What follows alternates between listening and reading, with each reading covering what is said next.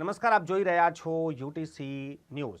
વડોદરા મહારાજા સયાજીરાવ યુનિવર્સિટીને કલંકિત કરનાર લાયકાત ના હોવા છતાં પણ વાઇસ ચાન્સેલરના પદ પર બિરાજમાન થઈ તાનાશાહી ફેલાવનાર પ્રોફેસર વિજય શ્રીવાસ્તવે રાજીનામું તો આપી દીધું છે, પરંતુ બંગલો ખાલી નથી કરી રહ્યા। બંગલાનો મોહ હજી પણ પ્રોફેસર વિજય શ્રીવાસ્તવથી જતો નથી। આ બંગલો ખાલી ના કરવાના મામલે હવે વડોદરાના સાંસદે એક ચિઠ્ઠી લખી છે અને આ ચિઠ્ઠી ઓછી ચીમકી વધુ છે।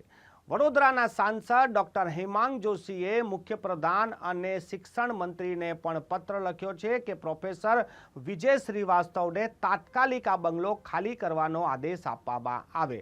પ્રોફેસર વિજય શ્રીવાસ્તવ મહારાજા સયાજીરાવ યુનિવર્સિટીના જ્યારથી જ વાઇસ ચાન્સેલર બન્યા હતા ત્યારથી જ એ વિવાદોમાં હતા।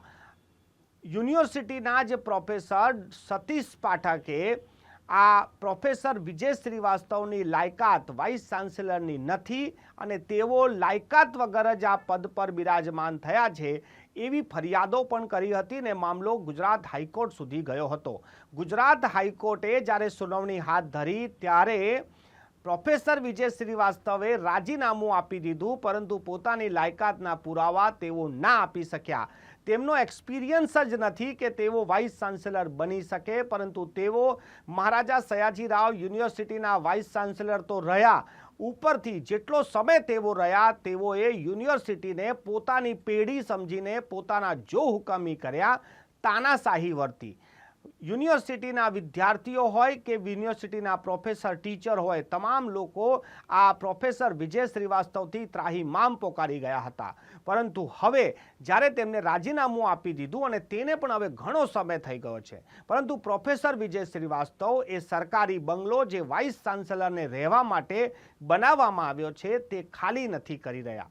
હવે આ મામલે વડોદરાના સાંસદ ડોક્ટર હેમાંગ જોશી પણ કૂદી પડ્યા છે અને તેમને પણ પત્ર લખીને ચેતવણી આપી દીધી છે કે આ બંગલો જલ્દીથી જલ્દી ખાલી કરવામાં આવે અને આની ફરિયાદ તેઓએ શિક્ષણ મંત્રી અને મુખ્યમંત્રીને પણ કરી દીધી છે।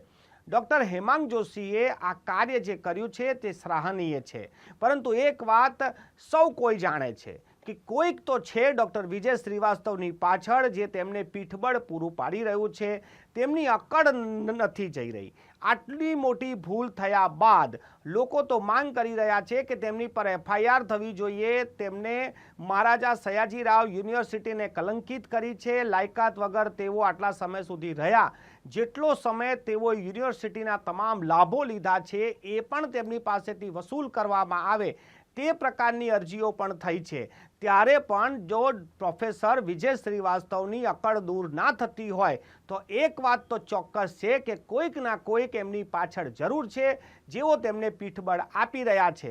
બાકી પ્રોફેસર વિજય શ્રીવાસ્તવને આટલી બધી તાકાત મળે અને તેઓ ગેરકાયદેસર વગર લાયકાતે એક તો વીસી રહે અને રાજીનામું આપ્યા બાદ પણ જો બંગલો ખાલી ના કરે અને આજે પણ વિવાદમાં રહે તો ચોક્કસ એમની પાછળ કોઈક ના કોઈક તો છે જે તેમને સપોર્ટ પણ કરી રહ્યું છે।